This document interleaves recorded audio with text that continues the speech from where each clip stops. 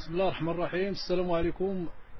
اذا اول حاجه نهضروا عليها، انا ما محزب حتى في شي حزب سياسي، وما عنديش مع السياسه، وما عنديش حتى مع التيارات الاسلاميه. باش ما تشوفوش هاد اللحيه تقولوا بنادم ربما راه مع كذا ولا ما عندنا لا مع عداله وتنميه. اصلا ما كان لا عداله لا زمر، كنضحكوا على راسنا. والمهم الموضوع اللي غادي نهضروا عليه دابا هو منع النقاب في داخل ارض الوطن. صافي حنا عرفنا خلاص بان دوله علمانيه شحال هادي، ماشي عاد دابا غادي نتفاهموا عليها. والميساج ديالي غادي نوجهوه لهاد الدعاة الضلال هادو اللي راهم في الجوامع وفي المنابر وطالعين تيخطبوا علينا. فمن لغى فلا جمعة له، وراه غدا الجمعة المنافقين. غدا هضروا لنا عاود نتوما على وثيقة الاستقلال وتقديم الوثيقة، راه ماشي معقول صاحبي. وهضروا على هاد النقاب هذا اللي غادي تمنع عليه، اللي بغا يمنعو. هضروا على النقاب اللي بغا يتمنع على الكفار، دولة الكفر صاحبي. والله ما تسووا بالله ما عندكم وجه، علاش تحشموا وجهكم صحيح مقصدك، ولا عنده شي مو دابا منقبه ولا مرتو بغات تبقى منقبه، نتوما غادي تجيو تعريو والو. ولكن حنا عارفين اللي كيعطي هاد القرارات هذا سيكون واكل العصا عنده في الدار هو بعدا. غالبين هم عيالاتو، لا الوزراء لا البرلمانيين لا كلشي سياكل العصا في اصحاب المناصب الكبار، وكيجيو يطبقوا هما السيستم ديال اللي عليهم هما يبغيو يطبقوه علينا حتى حنا. اللي عندهم مو منقبه بغات تبقى منقبه شغل هذاك.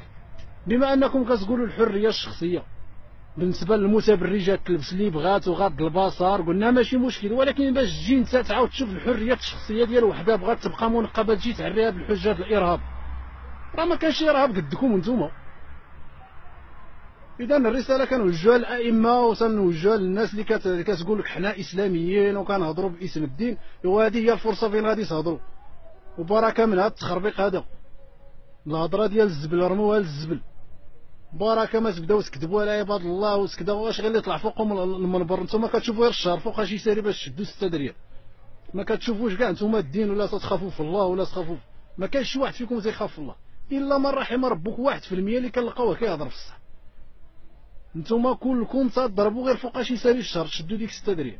وراه حنا عارفين غدا الجمعه ان شاء الله غادي نعرفوكم، راه غادي تخطبوا غير على تقديم وثيقه الاستقلال وكذا، وتبداو تطبخوا لنا عاود في روسنا عاود تقليو علينا في الزيت. المهم نعلط الله عليكم، وراكم غير منافقين.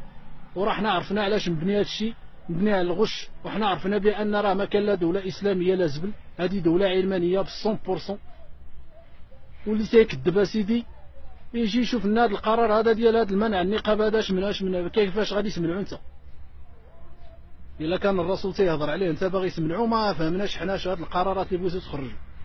المهم الميساج حنا صيفطناه للناس ديال بولحيه اللي تيقول لك الاحزاب السياسيه، الاحزاب الحزب الملتحي، حزب ديال العداله والتنميه وديال العدل والاحسان، والناس كاع اللي انا ما عمري شفت بعدا شي ما عمري شفت انا شي اسلاميين مفرقين. حزب العداله والتنميه والحزب ما كاينش حاجه سميتها حزب.